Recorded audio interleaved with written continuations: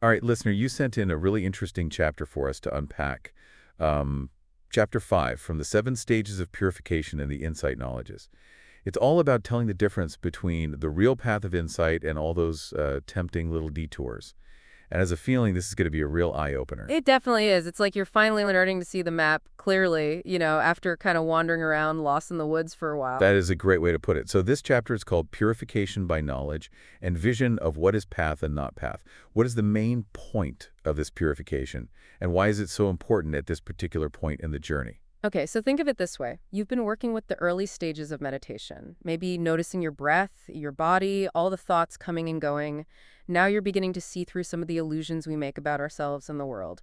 This chapter is about recognizing that even those kind of exciting, profound experiences you might have in meditation, they can be misleading. So it's like you're getting glimpses of the way things really are, but there's still a chance of getting sidetracked. Exactly, and that's where knowledge by comprehension comes in. The text describes it as seeing any form, feeling, perception, thought, or even consciousness itself, and realizing this is not mine, this is not I am, this is not myself. So it's not just like an intellectual understanding of no self.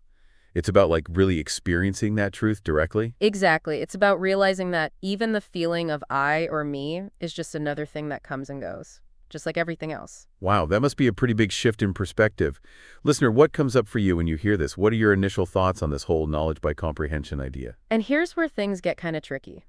The chapter then lists 10 imperfections of insight. These are experiences that you might have during meditation that seem like progress, but they're actually subtle traps. Okay, this is where I get really curious. What are some of these imperfections? I'm all ears. Well, for instance, you might experience this really bright light, even with your eyes open. It feels very spiritual, very compelling. But the text says be careful about getting attached to this true. True insight isn't about chasing after special experiences. Right. Another one is like a sudden wave of knowledge or understanding of the teachings.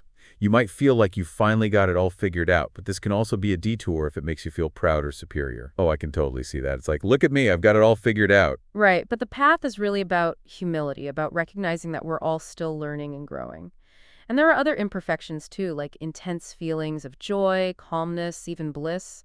These can be really wonderful states, but the key is to just observe them without clinging.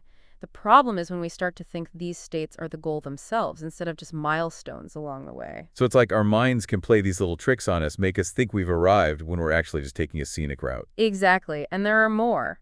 Even things like faith energy, a sense of assurance, or even equanimity itself can become imperfections if we grasp at them, try to make them solid, make them into something they're not. The thing that connects all these imperfections is attachment.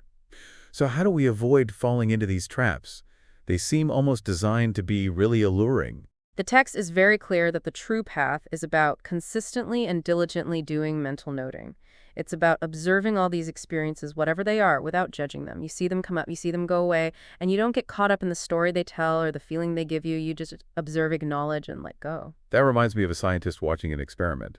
They wouldn't get all emotional about the results, they just watch, take notes, and learn. So in this case, the experiment is our own experience. That's a great way to think about it. It's about realizing that the content of the experience isn't the problem, it's our relationship to it.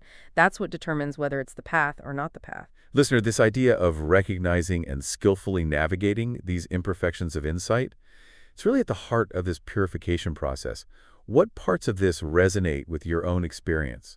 And what questions are coming up for you as we keep exploring this chapter? It's really interesting how this chapter just gets right into the details of how our minds work. It really does. It's almost like a guidebook to those sneaky little traps we can fall into on this path. Exactly. And the interesting thing is that these imperfections, they aren't necessarily bad or negative. In fact, a lot of them are actually pretty enjoyable, even blissful experiences. Right. It's not about pretending they don't exist or trying to get rid of them.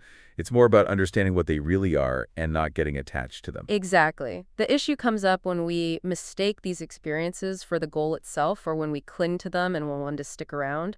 That's when they become obstacles on this path. So it's all about perspective, about realizing that these experiences are just temporary visitors, not permanent residence. Yeah, and the text really emphasizes that the way to handle these imperfections is to develop this clear and discerning awareness. This is what the chapter calls purification by knowledge and vision of what is path and not path. It's like developing this inner compass that can tell the difference between the experiences leading to liberation and the ones that are taking us on a detour. Exactly. It's about learning to see through how alluring these seemingly profound experiences are and just recognizing them for what they are, impermanent conditioned phenomena.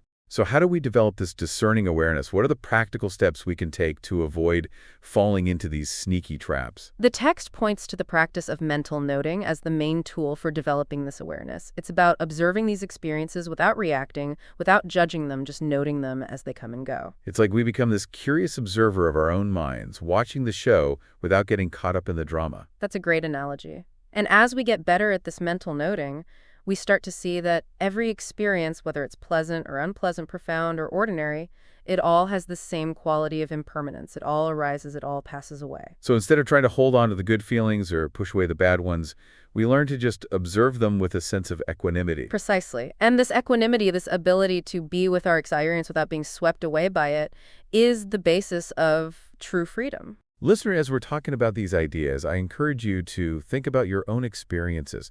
What are some of the imperfections you've come across in your own journey? And how has the practice of mental noting or any other practices you've done helped you work through these challenges? You know, it's important to remember that the path of insight, it's not a straight line. It's going to have twists and turns, moments of clarity, and moments of confusion. But by developing this discerning awareness, this ability to see the difference between the path and what's not the path, you can travel this journey with more skill and confidence. That's such a great message. It's not about being perfect. It's about learning from what happens to us and continuing to refine our understanding. And the beautiful thing about this path is that the process itself of recognizing and skillfully working with these imperfections actually becomes a source of purification. Every time we catch ourselves clinging or grasping, every time we gently bring our attention back to this moment, we're chipping away at the layers of ignorance and delusion that hide our true nature. It's like we're polishing a mirror, slowly revealing how bright it really is.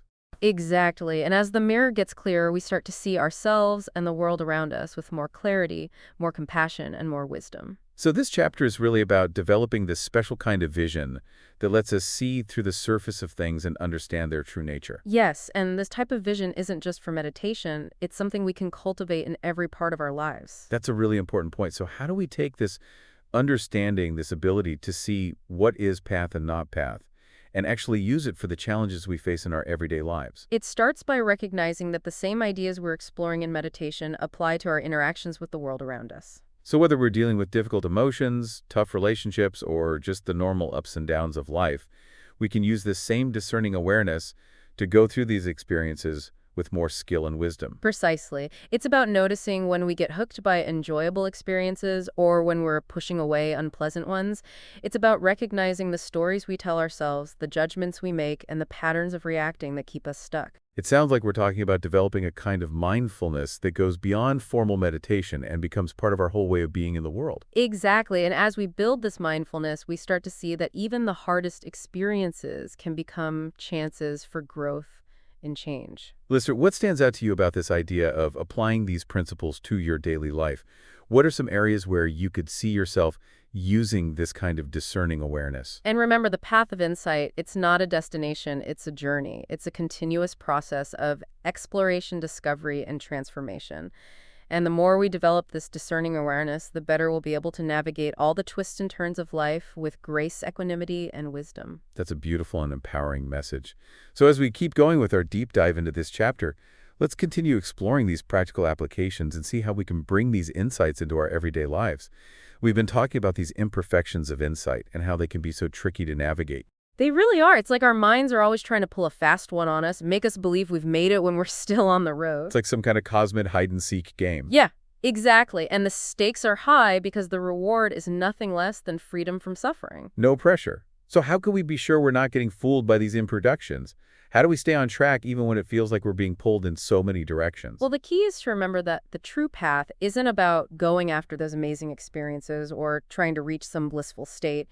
It's about cultivating a clear, discerning awareness that lets us see things as they really are. So it's like having this inner radar that can spot those subtle detours and guide us back to the main route. Precisely, and the text emphasizes that this kind of awareness doesn't happen overnight. It takes patience and consistent effort. Like working out a muscle, the more you use it, the stronger it gets. That's a great analogy, and one of the best ways to strengthen this discerning awareness muscle is through mental noting. We've talked about this a little bit, but can you explain it a bit more? What does it actually look like when you're doing it? Sure, mental noting is basically about bringing a gentle, non-judgmental attention to whatever we're experiencing moment by moment. It's about simply noticing thoughts, feelings, sensations, and perceptions as they come and go without getting caught up in them. So it's like we're creating a little space between ourselves and our experiences so we don't react so strongly. Exactly. And the more skilled we become at this practice, the more we start to see that everything is always changing. Nothing is permanent or fixed. So instead of clinging to good experiences or pushing away the bad ones, we've learned to just watch them with a sense of balance and equanimity. Precisely. And this equanimity, that's ability to just be with whatever's happening without getting carried away by it, that's the foundation of true freedom. Listener, I'd love for you to think about your own experience with mental noting or any practices that help you create a sense of space and non-reactivity. What's been helpful for you? What challenges have you faced? Remember, the path of insight isn't a solo journey. We're all in this together, helping each other along the way. And by sharing our experiences and insights, we can learn from one another and deepen our understanding. That's a beautiful reminder. So as we wrap up our deep dive into Chapter 5, I want to leave you with a few important takeaways. Great. Firstly, remember that the path of insight isn't about reaching some perfect state of bliss or enlightenment. It's about developing a clear, discerning awareness that helps us see through the illusions that keep us trapped in suffering. And we cultivate this discerning awareness through regular practice, especially mental noting. Secondly, be mindful of those imperfections of insight, those sneaky traps that can pop up during meditation and seem like progress, but are actually leading you astray. These imperfections come in many forms, but the thing they all have in common is attachment. And lastly, remember that the wisdom we gain from our meditation practice isn't meant to stay on the cushion. We can use these principles of mindfulness, non-reactivity, and discerning awareness in all parts of our lives, transforming our relationships, our work, and our whole way of being in the world. Listener, as you continue to explore your own experiences, keep these points in mind. Trust the process, be kind to yourself, and remember that the path to liberation is always unfolding right in front of you. Keep diving deeper.